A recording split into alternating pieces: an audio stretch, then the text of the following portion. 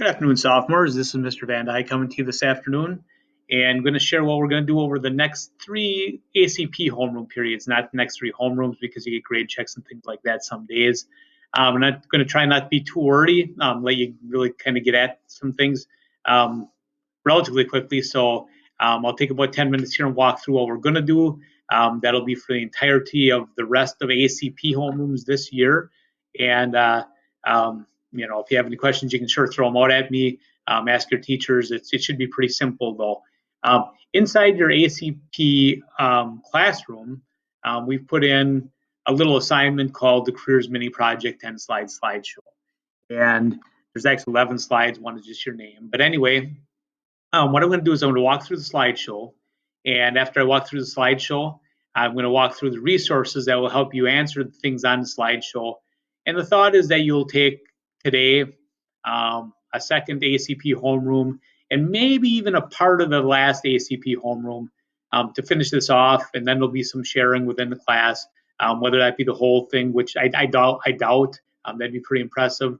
Or if a teacher just says, hey, let's share these 3 slides, what did you have, or something like that. I'm not sure how that'll work out. That's up to the homeroom teacher. But anyway, without getting too wordy, this is the slideshow and what it looks like. It's going to start out asking you about 3 careers that possibly might hold some interest for you someday. The rest of the slideshow, you're just going to fill out on the very first career, not all 3, just the very first one, your top choice as of right now, if you had to pick. I understand that we're young. We don't know a lot of times. But anyway, certainly some thought has probably went into it for a bunch of you anyway, as you're picking classes for your junior year of high school. That's the second half. We're kind of getting relatively close. So anyway, you're going to list your top 3.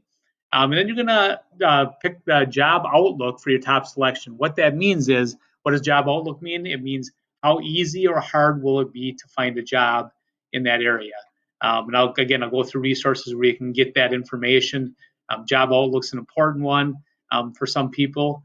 And the next thing we're going to say, things I could do in high school to prepare for this career. A lot of people say, oh, I don't know. Well, sure you do. There's a million things. If a person's going to be a nurse, they could take chemistry, take human anatomy, take med careers. They could talk to a relative who is a nurse. They could do a nursing camp in the summer. Right now, those might be virtual, but there's some things in almost every sphere that you could do in high school. It might be just because your career needs college. You need to get your GPA up to a college-ready standpoint, which in most universities, you'd want to get a 3.0 or above cum to get into your average university, higher for more competitive ones. So next question is be school or training needed beyond this career. You can find that a lot of places. School training beyond high school for the career. Cost, we want you to be detailed and specific. Don't just Google some random national site and they kick out one number. Be detailed and specific. If you're going to go on to school, tuition, room, and board, and books would be specific. I'll show you where to find that. If you're going to go to a tech school, you could just go to the page of that program on the tech school site, and it would give you the cost of that also. But it should be very specific. Next one will be personality or worker traits. You can wing that on your own, or you can look it up. With a particular career, why this fits me, that better be your. That should be just your own personal opinion. Why, if you're interested in it, put us down as number 1. There should be a reason. This would be the reason why that career and you match. What way is occupation valuable to the community or world? Again, that's opinion. And 2 things that the average person might not know about this career. So you should be, if you're starting to look into something seriously, you should know a little bit more than half the people in your homeroom about it. And that's what we're looking for. Just kind of a couple little facts beyond that, and one more if you'd like. So those are that's the slideshow. Here's the resources where you can get that type of information. Some solid resource types, like I said, not just a random Google or Wikipedia type of thing. Career Locker, obviously, as you know, you've been on it many times. If you do remember your username and password, you can use that. It's particularly good with job outlook information because it has local data, probably more local than any others. Occupational Outlook Handbook, this is a pretty good site. This has mounds and mounds of information on any particular occupation. I happen to pick registered nurses just to pick something. And they'll have just this actually is Career One Stop, which jumped off of Occupational Outlook Handbook.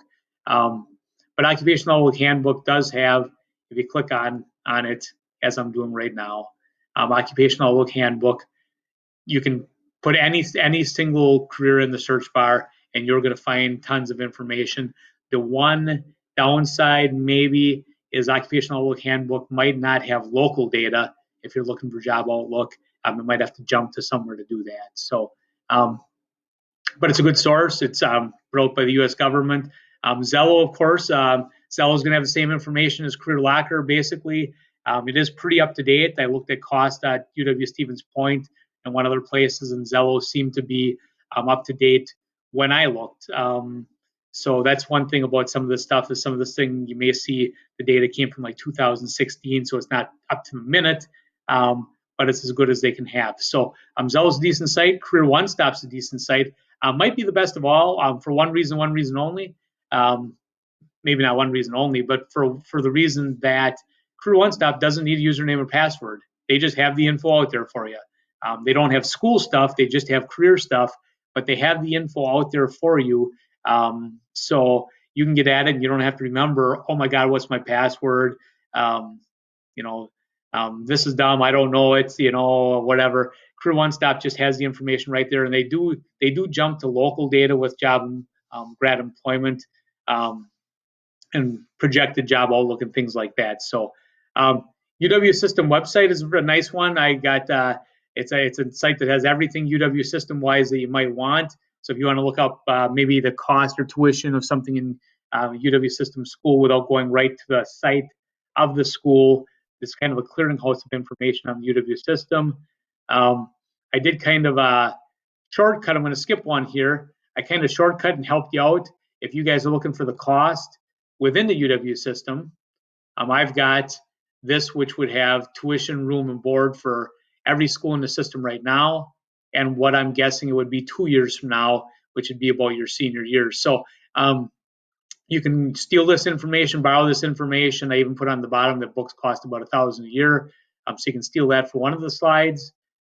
And another thing I put in here on your resources, where I put the direct links that go to Fox Valley Tech and NWTC's homepages. So those things should help you out quite a bit. It shouldn't be that hard to get the information, but we do want specific information, hopefully local, as far as Job Outlook goes, and specific information with the cost of schooling as we're looking at these things. One thing you also want to look at is hey, you want to have the school that you're looking at match the major you're going into. So I do have right here, and these will be in the teachers' classrooms.